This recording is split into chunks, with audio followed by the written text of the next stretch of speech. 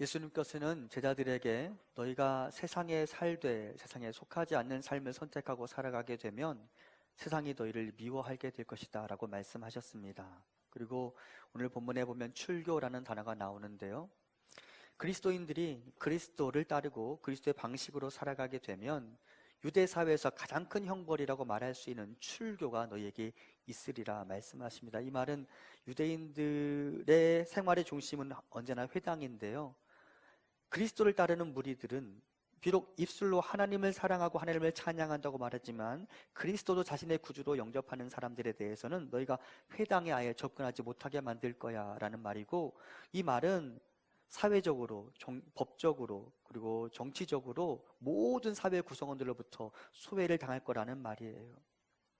결국은 예수님을 따르는 무리들이 그렇게 사회로부터, 세상으로부터 어려움을 당하게 될 것이라고 주님이 말씀하시니까 제자들이 긴장하지 않을 수 없었습니다. 하지만 세상은 자신들의 일을 결코 멈추지 않을 것입니다. 왜냐하면 그 일이 하나님의 일이라고 착각하기 때문이죠. 하나님의 일이라고 생각하고 그리스도를 따르는 무리들을 핍박하게 될 것입니다. 오늘 본문 2절입니다. 사람들이 너희를 출교할 뿐 아니라 때가 이르면 무릇 너희를 죽이는 자가 생각하기를 이것이 하나님을 섬기는 일이라 하리라. 유대인들은 이것이 하나님을 섬기는 일이라고 선언하면서 예수님을 십자가에 못 박을 뿐만 아니라 제자들을 출교하고 제자들을 죽이려 들 것입니다. 여기에서 간과해서는 안 되는 것은 세상은 하나님의 아들을 죽이는 일도, 그리고 그리스도를 따르는 사람들을 죽이고 핍박하는 일도 모두 하나님의 일이라고 생각한다는 것입니다. 그들이 예수님을 십자가에 못 박은 명분이 무엇입니까? 유일실 하나님을 향한 믿음, 신앙을 위해서가 아닙니까? 그것이 그들의 명분이었어요. 예수님을 십자가에 못 박으면서도 그것은 그들이 하나님의 일을 한다라고 생각했습니다. 하지만 주님은 그들이 하나님을 섬기는 차원에서 결정하고 몰아붙이는 그 모든 일들이 결국은 하나님을 알지 못한 데서 비롯된 하나님의 일과는 상관없는 행동일 뿐이라고 말씀하십니다. 오늘 보면 3절입니다. 그들이 이런 일을 할 것은 아버지와 나를 알지 못함이라. 아이러니하게도 하나님을 위해서 행한 일이라고 생각했는데 사실은 그 행동에는 하나님의 마음과 생각은 없었다라고 주님은 말씀하시고, 그렇게 하나님의 마음과 생각과는 전혀 어울리지 않는 스스로 생각하기에 하나님의 일이라고 판단한 그 일이 십자가 위에서, 그리고 AD 30년경에 예루살렘 한복판에서 일어나고 말았습니다. 어떻게 이해해야 합니까? 바울의 경우를 생각해 봅니다. 바울은 그 어느 누구보다 열심히 이 세상을 살아낸 사람입니다. 그의 인생에 대충은 없었습니다. 정말 자기 자신의 삶을 하얗게 불태운 인생이 바로 바울의 삶이라고 말할 수 있습니다. 그런데 그의 그 인생의 열심이 언제나 하나님의 마음과 일치했던 것만은 아닙니다. 그의 열심은 예수 그리스도를 만나기 이전과 이후 동일했다고 볼 수 있지만 그의 열심의 방향성에 따라 그의 삶이 완전히 달라졌다라고 성경은 이야기합니다. 예수 그리스도를 만나기 이전의 바울을 봅니다. 갈라디아서 1장 13절과 14절입니다. 내가 이전에 유대교회에 있을 때에 행한 일을 너희가 들었거니와 하나님의 교회를 심히 박해하여 멸하고 내가 내 동족 중 여러 연갑자보다 유대교를 지나치게 믿어 내 조상의 전통에 대하여 더욱 열심히 있었으나. 그는 어떤 다른 유대인들보다 더 열심히 하나님을 믿는다 자부하면서 역설적이게도 하나님을 믿는 사람들을 옥에 잡아넣는 일, 그리고 그들을 죽이는 일에 앞장섰던 사람입니다. 여러분, 스데반이 죽는 장면에 누가 있었어요? 사도 바울이 있었어요. 열심의 방향성이 잘못되었더니 사람들을 죽이는 일을 위해 매진하게 되었죠. 반대로 그가 예수 그리스도를 만난 이후 그의 열심은 다른 사람의 생명을 살리는 일을 위해 사용되기 시작합니다. 사도행전 20장 24절 우리 같이 봉독해 보겠습니다. 내가 달려갈 길과 주 예수께 받은 사명 곧 하나님의 은혜의 복음을 증언하는 일을 마치려 하면은 나의 생명조차 조금도 귀한 것으로 여기지 아니하노라. 아멘. 사도 바울은 복음을 증거하기 위한 경주, 그것에 최선을 다하는 사람이 되었습니다. 디모데후서 4장 7절입니다. 나는 선한 싸움을 싸우고 나의 달려갈 길을 마치고 믿음을 지켰으니 아멘. 그리스도를 만나기 이전의 바울과 그리스도를 만나기 이후의 바울 모두 열심히 살았습니다. 하지만 그리스도를 만나기 이전의 바울은 다른 사람을 죽이는 일에 매진했던 반면 그리스도를 만난 이후의 사도 바울의 삶을 보면 다른 사람을 살리기 위해 매진했던 것을 볼 수 있습니다. 그래서 열심이라는 단어 앞에는 언제나 무엇을 위하여? 라는 질문이 선행되어야 합니다. 만일 그 방향성이 잘못되기 시작한다면 어떤 사람의 열심은 더 큰 죄악과 끔찍한 사고를 만들어낼 뿐입니다. 히틀러의 잘못된 열심, 전두환의 잘못된 열심은 사람들을 살해하고 학살하는 데 사용되지 않았습니까? 자칫 교회에서도 어떤 사람의 열심이 공동체를 와해시키고 사람들에게 잔뜩 상처만 남기는 일들이 일어나기도 하지 않습니까? 왜 그럴까요? 무엇이 문제일까요? 그 사람 안에 하나님이 없기 때문입니다. 그 사람 안에 하나님을 아는 마음이 없기 때문입니다. 하나님은 없는 하나님의 일 가능하지도 않을 뿐만 아니라 하나님은 없는 어떤 종교적 행위 안에 무슨 생명이 나타나겠습니까? 그저 종교적 열심만 남을 뿐입니다. 그리고 그것이 예수님 당시 바리새인들의 열심이었으며 그것이 자칫 지금 이 시대 교회에 머물지만 그리스도는 그 마음에 없는 종교인들의 열심이 될 수 있습니다. 그러다 보면 잎사귀만 무성할 뿐 열매는 하나도 맺히지 못하고 말 것입니다. 종교적 행사와 왁자지껄한 그 무엇은 있지만 열매는 없는 공동체가 될 뿐입니다. 물론 열심이라는 단어가 나와 상관이 없어서 다행이다 라고 생각하는 분은 여기 계시지 않으리라 생각됩니다. 그런 분은 없으시죠? 열심은 내셔야 합니다. 하지만 그 열심의 방향성을 진지하게 생각해 보아야 합니다. 그리고 나의 모든 종교적 행위 안에 과연 하나님을 향한 마음도 동행하고 있는지 곰곰이 묵상해 보아야 합니다. 나의 모든 예배와 기도와 성도 공동체 모임에 참여하는 그 열심 안에 예수 그리스도를 향한 사랑과 그분의 마음도 동행하고 있는지 점검해야 합니다. 믿음이 무엇이라고 말씀드렸습니까? 믿음은 그리스도 안으로 들어가는 것, believe into 라고 말씀드렸습니다. 나의 종교적 열심보다 더 중요한 것이 무엇인지 기억하십시오. 내가 열심히 달려가는 경주에서의 방향성과 시작점과 그 마지막 골인 지점에 예수 그리스도께서 계신지 점검하십시오.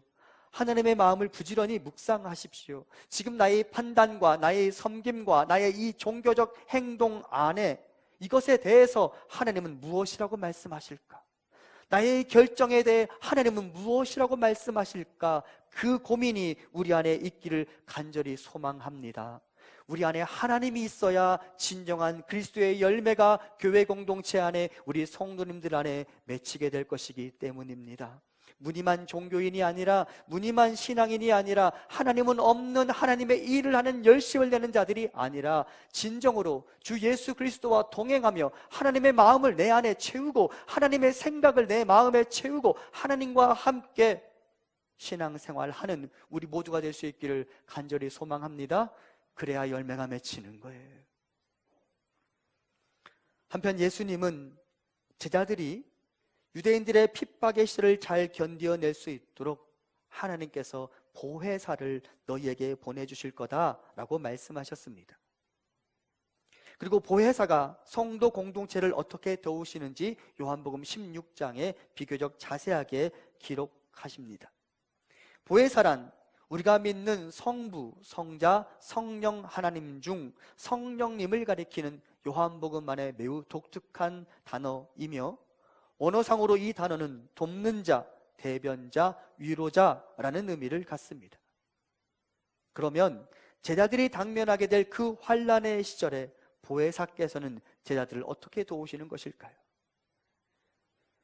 먼저 오늘 본문 이전에 있었던 요한복음 14장 26절을 같이 한번 봉독해 보겠습니다. 보혜사 곧 아버지께서 내 이름으로 보내실 성령, 그가 너희에게 모든 것을 가르치고 내가 너희에게 말한 모든 것을 생각나게 하리라. 아멘. 오늘 본문 4절을 같이 봉독합니다. 오직 너희에게 이 말을 한 것은 너희로 그때를 당하면 내가 너희에게 말한 이것을 기억나게 하려 함이요, 처음부터 이 일을 말하지 아니한 것은 내가 너희와 함께 있었음이라. 아멘. 보혜사이신 성령님은 제자들이 핍박과 환난의 시절을 보낼 때 그들에게 주셨던 주님의 말씀을 생각나게 하시는 분이십니다. 이것이 제자들의 핍박의 현장과 무슨 상관이 있을까요? 제자들은 유대인들로부터 오는 고통의 시절을 지낼 때 오늘의 말씀을 떠올리게 될 것입니다. 아, 주님이 그때 고난에 대해서 말씀하셨는데 이거 갑자기 우연히 온 게 아니구나. 그리고 주님이 말씀하신, 예고하신 고난의 시절에 대해서 생각하게 되면 자연스럽게 또 다른 다음의 말씀들을 생각하게 될 것입니다. 요한복음 16장 22절 같이 봉독합니다. 지금은 너희가 근심하나 내가 다시 너희를 보리니 너희 마음이 기쁠 것이요 너희 기쁨을 빼앗을 자가 없으리라. 아멘. 33절 같이 봉독합니다. 이것을 너희에게 이르는 것은 너희로 내 안에서 평안을 누리게 하려 함이라. 세상에서는 너희가 환난을 당하나 담대하라. 내가 세상을 이기었노라. 아멘. 제자들은 환난을 당하면서도 결국은 십자가 이후 부활에 성공하신 예수 그리스도를 떠올림과 동시에 제자들이 지금 당하는 이 환난도 환난만으로 그치지 않으리라 말씀하셨던 주님의 말씀을 나중에 성령님의 도움으로 떠올리게 될 것입니다. 그리고 고난뿐 아니라 영광과 승리와 부활도 함께 약속하신 그리스도의 말씀을 그 환난의 시절에 의지하여 다시 일어나게 될 것입니다. 아, 이게 마지막이 아니라고 말씀하셨어. 그리스도의 말씀대로 우리에게 환난이 다가온 것처럼 영광과 부활과 기쁨과 생명과 샬롬, 평강도 우리에게 그 약속대로 다가올 거야 라고 제자들은 생각하게 될 것입니다. 누가 그런 깨달음을 주신다고요? 보혜사 성령님께서. 그리고 이것이 믿음의 삶을 살아가다 위기를 만날 때마다 우리가 다시 꺼내보고 기억해야 할 하나님의 말씀입니다. 여기 사도 바울을 통해 우리에게 주시는 하나님의 말씀 같이 봉독해 보겠습니다. 고린도후서 4장 17절과 18절입니다. 우리가 잠시 받는 환난에 경한 것이 지극히 크고 영원한 영광에 중한 것을 우리에게 이루게 함이니 우리가 주목하는 것은 보이는 것이 아니요 보이지 않는 것이니 보이는 것은 잠깐이요 보이지 않는 것은 영원함이라. 아멘. 우리가 받는 환난, 잠시 받는 경한 것입니다. 반면에 이것이 지나고 나면 우리에게는 크고 영원한 영광에 중한 것이 이루어질 것입니다. 우리는 보이는 것, 잠시 왔다가 사라지는 그 보이는 것을 주목하는 자들이 아니라 보이지 않지만 영원한 것을 주목하는 사람들이 되어야 합니다. 제자들은 환난의 시절에 성령님께서 깨닫게 해주시는 그 말씀을 붙잡고, 아, 지금의 이 고난은 지나가는 거야. 우리 주님은 이 고난뿐 아니라 우리에게 회복도 말씀하셨잖아. 우리는 그날을 꿈꾸며 오늘을 견디어내자라고 서로 권면하며 그 말씀의 깨달음으로 힘을 낼 수 있었을 것입니다. 그래서 위기 상황 속에서 성도는 성령을 의지하고 초청해야 합니다. 그분이 우리에게 주는 그 깨달음이 내가 지금의 시련을 견디게 만드는 원동력이 될 것입니다. 그분이 우리에게 주시는 그 깨달음이 나의 마지막 페이지가 이렇게 끝나지 않으리라는 믿음을 갖게 만들어줄 것입니다. 제자들은 수많은 유대와 로마로부터는 시련을 만날 때마다 성령님이 깨닫게 해주시는 그 그리스도의 말씀을 붙잡고 힘을 얻고 내일을 소망할 수 있었습니다. 여러분, 사람들이 지금 가난하기 때문에 스스로의 삶을 포기하는 사람은 없어요. 왜 포기하는지 아세요? 내일이 없기 때문이에요. 사람들이 지금 당장 아프기 때문에 스스로의 삶을 포기하는 사람은 없어요. 내일이 없기 때문이에요.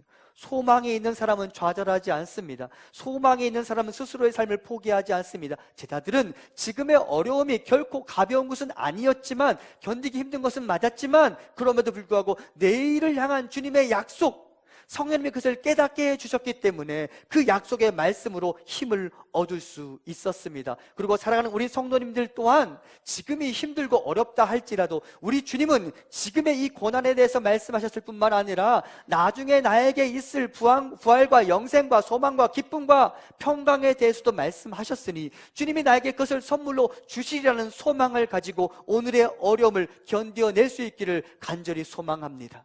그리고 여러분 힘들 때마다 성령님께서 나에게 그 말씀을 깨닫게 해주시도록 기도하면 좋겠어요. 성령님께서 나를 향하여 약속하신 그 약속들이 내 머릿속에서 기억나게 해주시도록 기도하셨으면 좋겠어요. 그것이 오늘의 신을 견디게 만드는 힘이 될 것입니다. 그런데 한 가지 문제가 있습니다.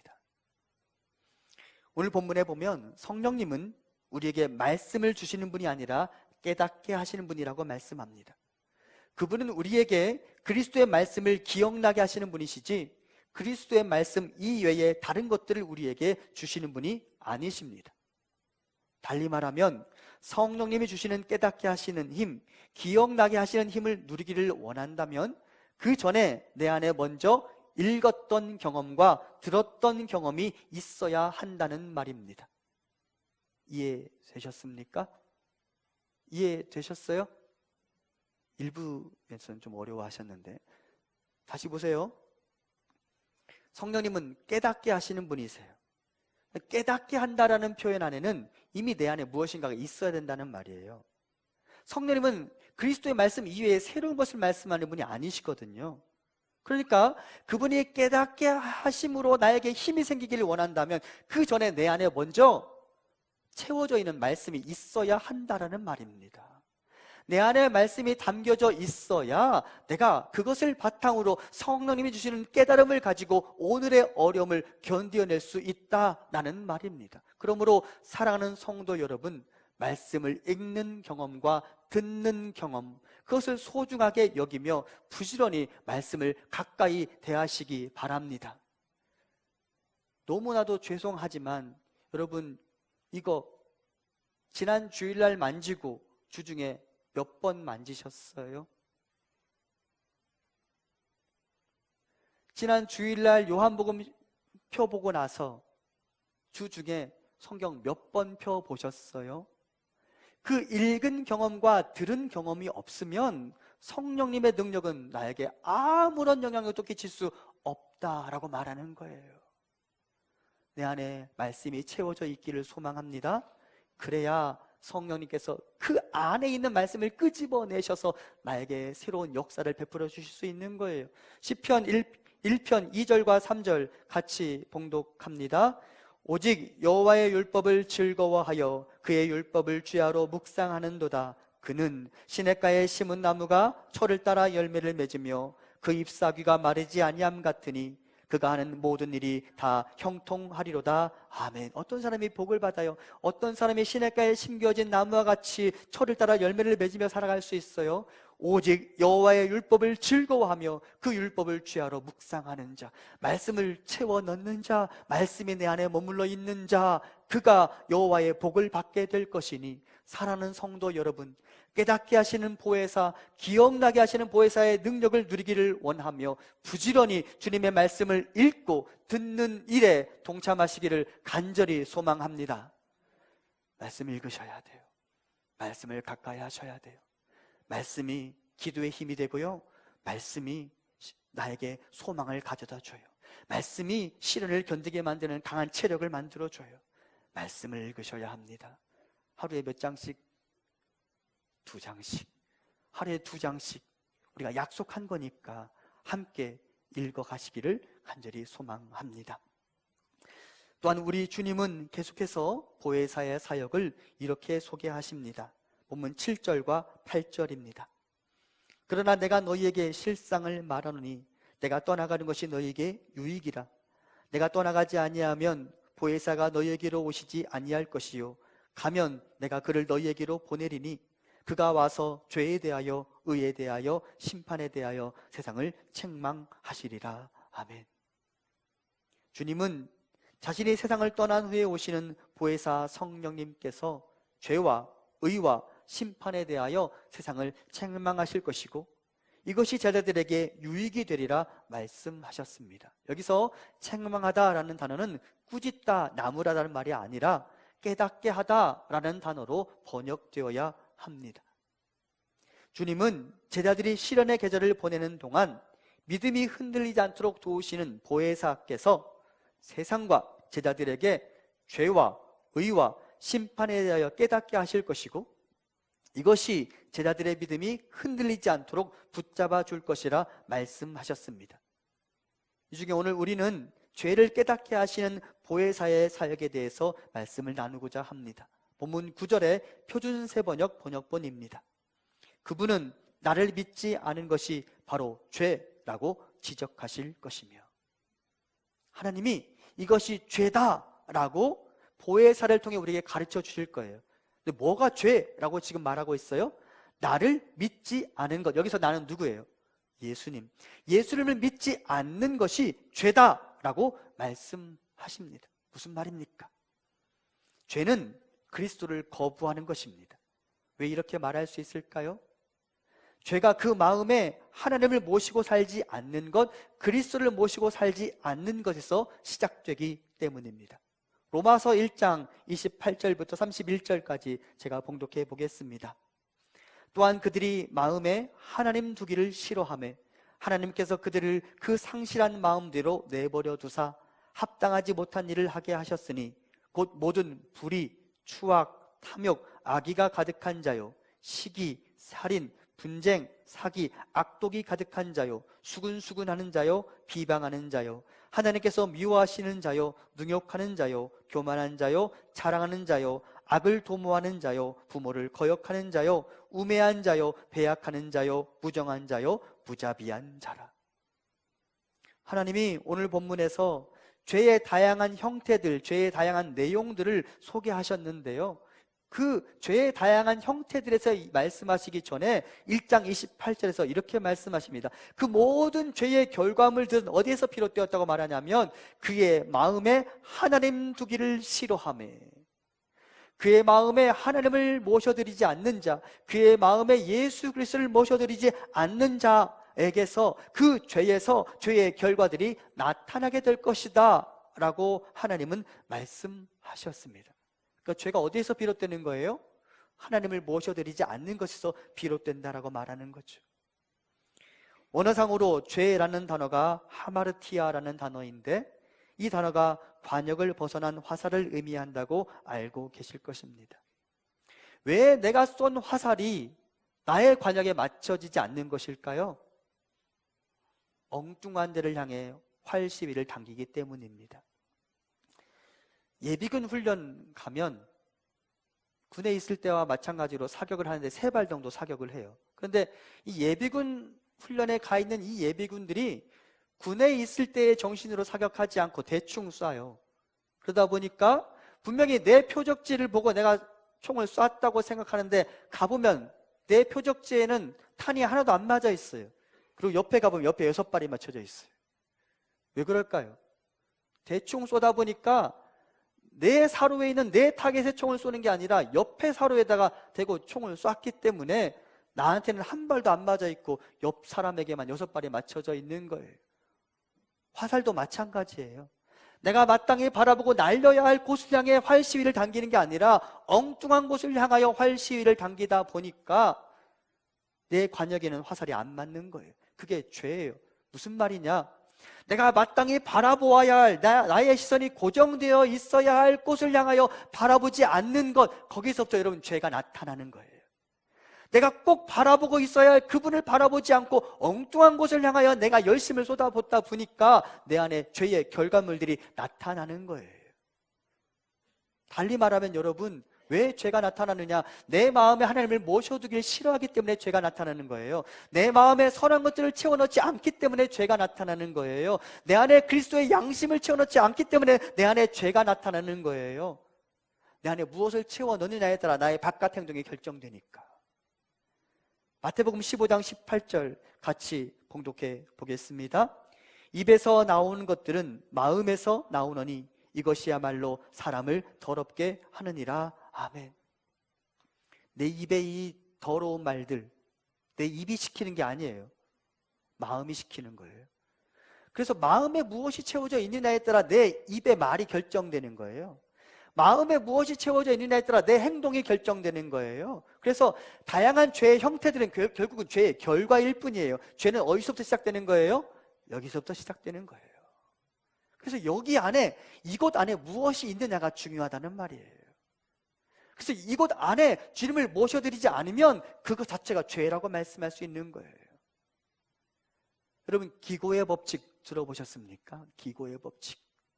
거라지 인, 거라지 아웃이라는 말로써 불완전한 프로그램을 입력하면 불완전한 답이 나올 수밖에 없다는 프로그래머들의 말이에요. 그리고 이 말은 관용적으로 쓰레기가 들어가면 쓰레기가 나온다라는 말로도 이해가 됩니다. 내 안에 예수의 것, 선하고 좋은 것, 진리 그 자체를 채워넣지 않으면, 내 안에 예수님 그분의 마음을 채워넣지 않으면 예수님을 거부함과 동시에 내 안에 아담의 후예로서 가질 수밖에 없는 죄의 본능이 내 바깥으로 표출되게 되어 있습니다. 그 후 그 사람의 삶에 죄의 결과물들이 나타나겠죠. 진리를 거부하지 마십시오. 진리를 거부함과 동시에 내 안에 죄가 싹트기 시작할 것입니다. 앞서 말씀드린 것처럼 믿음은 본래 believe into, 즉 내가 그분 안에 들어가고 그분이 내 안에 들어오시는 것이죠. 그리고 그때 나는 죄를 떠나 의의 길에 들어서게 될 것입니다. 내 안에 무엇을 채워 넣는지가 중요하다는 사실을 기억하시기 바랍니다. 그리스도를 영접하십시오. 만일 내가 감람나무의 가지라면 감람 열매를 맺을 것이고 무화과 나무의 가지라면 무화과 열매를 맺는 것 아니겠습니까? 그분이 내 안에 들어와 나와 더불어 교제하시기 시작할 때 나의 인생에 그리스도의 열매가 맺힐 것입니다. 그리스도를 여러분 마음으로 모셔드리십시오. 계시록 3장 20절 같이 봉독합니다. 볼지어다 내가 문 밖에 서서 두드리노니 누구든지 내 음성을 듣고 문을 열면 내가 그에게로 들어가 그와 더불어 먹고 그는 나와 더불어 먹으리라. 아멘. 그분을 그렇게 내 마음에 모셔드릴 때 내 안에서 잔치가 일어나는 거예요. 그때 내 삶 안에 잔치가 나타나는 거예요. 주님을 내 마음에 모셔드릴 때 내 삶에서 쓰레기가 아니라 선한 것들이 밖으로 나가게 될 것입니다. 그분과 연애를 시작하십시오. 요즘 청년들은 오늘부터 1일이라는 말로 연애를 시작한다고 합니다. 썸이라고 말하는 교제를 시작할지 말지를 놓고 고민하는 시간을 지나서 본격적으로 주님과 연인 사임을 확인하기 위해 여러분도 오늘부터 1일을 선포하시기 바랍니다. 여러분은 주님과 오늘부터 1일을 시작하셨습니까? 아니면 아직도 썸을 타면서 관찰하고 계산하고 계시지는 않습니까? 그리스도 밖에 머물면서 관찰하는 것으로는 죄를 떠나 살 수도 없으며 그리스도의 복에 참여할 수도 없습니다. 그리스도와 연인 사임을 선언하십시오. 썸을 청산하고 오늘부터 1일을 선포하십시오.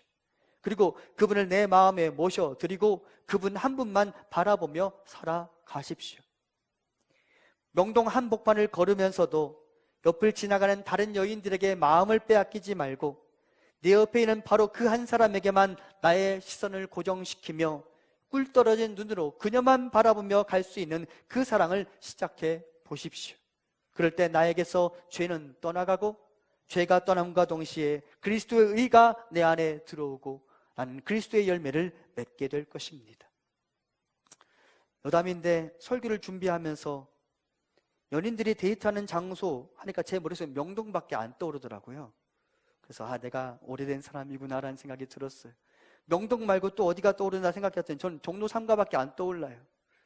요즘 애들은 어디서 노는지 잘 모르겠지만 여러분 썸을 청산하고 주님과 오늘부터 1일을 선포하시기 바랍니다. 아멘. 이렇게 밍숭맹숭하면 제가 여담을 한 것도 아무 의미가 없고 제가 요즘 아이들의 언어를 배워온 것도 아무런 의미가 없잖아요. 썸을 청산하고 오늘부터 1일을 선포하시기 바랍니다. 네, 그리스도의 바깥에 머무는 것으로는 아무런 능력도 나타나지 않아요. 그리스도와 연애를 시작하셔야 합니다. 또한 예수를 거부하는 것이 죄라고 말할 수 있는 이유는 예수님에게만 구원이 있기 때문입니다. 구원이란 무엇을 전제로 합니까? 내가 위기에 빠져 있다는 것을 전제로 하죠. 그러니까 구원이라는 단어가 필요한 건 아니겠습니까? 그러면 우리가 왜 위기에 빠집니까? 무엇이 우리를 위기 속에 빠뜨립니까? 죄 때문이에요. 죄를 범하면 우리가 누구로부터 멀어지는 거예요? 하나님으로부터 멀어지는 거예요. 내가 나의 창조주이신 하나님으로부터 멀어지면 나에게 위기가 닥치는 거예요. 그러면 사람이 어떻게 그 위기를 극복할 수 있어요? 사람이 어떻게 죄의 문제를 청산할 수 있어요? 세상에 사람이 죄의 문제를 청산할 수 있는 방법 몇 가지예요? 몇 가지나 있어요? 딱 한 가지예요. 딱 한 가지 방법밖에 없어요. 구원의 방법도 딱 한 가지밖에 없어요. 요한복음 3장 16절 같이 봉독합니다. 하나님이 세상을 이처럼 사랑하사 독생자를 주셨으니 이는 그를 믿는 자마다 멸망하지 않고 영생을 얻게 하려 하심이라. 아멘. 달리 말하면 예수님 이외에는 죄의 문제를 해결할 방법이 없고, 예수님 이외에는 인간이 구원 그리고 영생의 열매를 거둘 수 있는 방법이 없습니다. 그래서 인간이 그리스도를 거부하는 것, 그것은 죄 자체를 그대로 안고 살아가겠다라는 것을 의미하며 그것 자체가 죄라고 말할 수 있습니다. 사랑하는 성도 여러분, 죄를 거부하고 하나님이 주시는 구원에 동참하기를 원한다면 예수님 이외에는 나에게 다른 구원의 방법이 없음을 인정하시기 바랍니다. 오늘부터 1위를 선포한 바로 내 연인, 나의 신랑이신 예수 그리스도 외에는 나에게 구원의 다른 방법은 없습니다. 주님의 말씀을 듣고 있는 제자들은 성령께서 말씀하시는 죄란 결국 그리스도를 거부하는 것이다 라는 말씀의 의미를 나중에 깨닫게 되었고, 그것을 마음에 심어 놓았습니다. 그리고 그리스도를 떠날 것을 강요하는 사람들의 협박과 핍박 속에서도 그들의 믿음을 버리지 않고 도리어 믿음을 지키기 위해 자기의 목숨을 내어놓기도 했습니다. 왜 그렇게 그들의 믿음을 지켰던 것일까요? 예수 그리스도를 거부하는 것은 죄이며 그것의 결과는 영생의 복을 놓치는 것이라는 사실을 알았기 때문입니다. 그리고 이 시간 우리도 그 깨달음, 믿음을 가져야만 합니다. 그리스도 외에는 구원은 없습니다.